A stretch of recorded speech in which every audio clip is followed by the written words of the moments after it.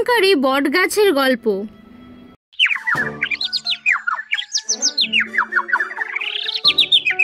কোনো এক সময় একটি বনে পাশাপাশি দুটি গাছ ছিল।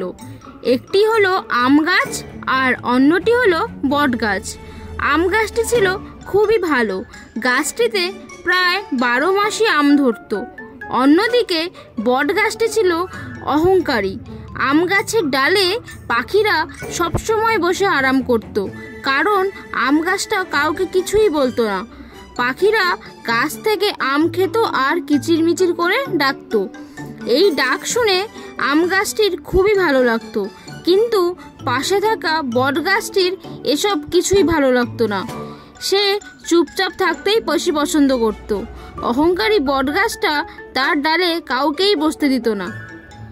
যদি কোনো পাখি তার ডালে এসে বসতো, সে পাখিটাকে ঝাড়া মেরে উড়িয়ে দিত। এদিকে বট গাছটার খুব রাগ হতো আম গাছটির ওপর, কারণ আম গাছের জন্য বট গাছটা একা থাকতে পারতো না। সারাদিন তার পাখির কিচিরমিচির ডাক শুনতে হতো। একদিন অনেক দূর থেকে আসছিল একটা কাক। কাকটি বিশ্রামের জন্য বট গাছের ডালে বসে, আর তখনই বট গাছটা বলে ওঠে, এ কাক, দূর হও এখান থেকে, আমার ডালে বসেছো কার অনুমতি নিয়ে?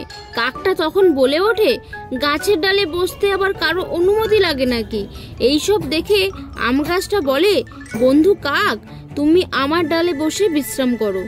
কাকটি তখন বট গাছ থেকে উড়ে গিয়ে আম গাছের ডালে বসে মনের আনন্দে বিশ্রাম করতে লাগে। অন্য আরেক দিনের কথা, এক ঝাঁক মৌমাছির দল সেই গাছ দুটোর সামনে আসে।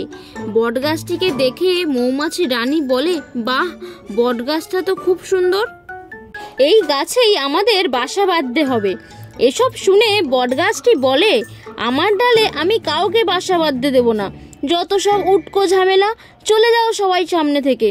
তখন পাশে থাকা আম গাছটি বলে, মৌমাছিরা, তোমরা আমার ডালে বাসা বাঁধতে পারো, এতে আমার কোনো অসুবিধা নেই।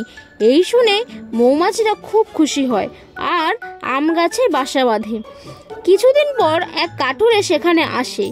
আম গাছটিকে দেখে তার খুব ভালো লাগে, কিন্তু মৌমাছির চাক দেখে কাঠুরে ভাবে আম গাছটি কাটা যাবে না। তখন সে বট গাছটি কাটতে যায়। বট গাছে যখন কাঠুরে এক কোপ মারে, গাছটি তখন যন্ত্রণায় কেঁদে ওঠে। এই দেখে আম গাছটির খুব কষ্ট হয়। মৌমাছি রানীকে বলে, একমাত্র তোমরাই পারো কাঠুরেকে এখান থেকে সরিয়ে দিতে আর বট গাছটিকে রক্ষা করতে। আম গাছের এই কথা শুনে মৌমাছিরা কাঠুরের ওপর আক্রমণ করে এবং ভয় পেয়ে কাঠুরে সেখান থেকে দ্রুত পালিয়ে যায়। এইসব দেখে বটগাছটি বুঝতে পারে সে এতদিন যা করেছে ভুল করেছে। সে আম গাছের কাছে ক্ষমা চায় আর তখন থেকে আম গাছটা ও বট গাছটা পাশাপাশি সুখে শান্তিতে বসবাস করতে থাকে। আমরা এই গল্প থেকে এই শিক্ষা পাই যে অহংকার পতনের মূল কারণ।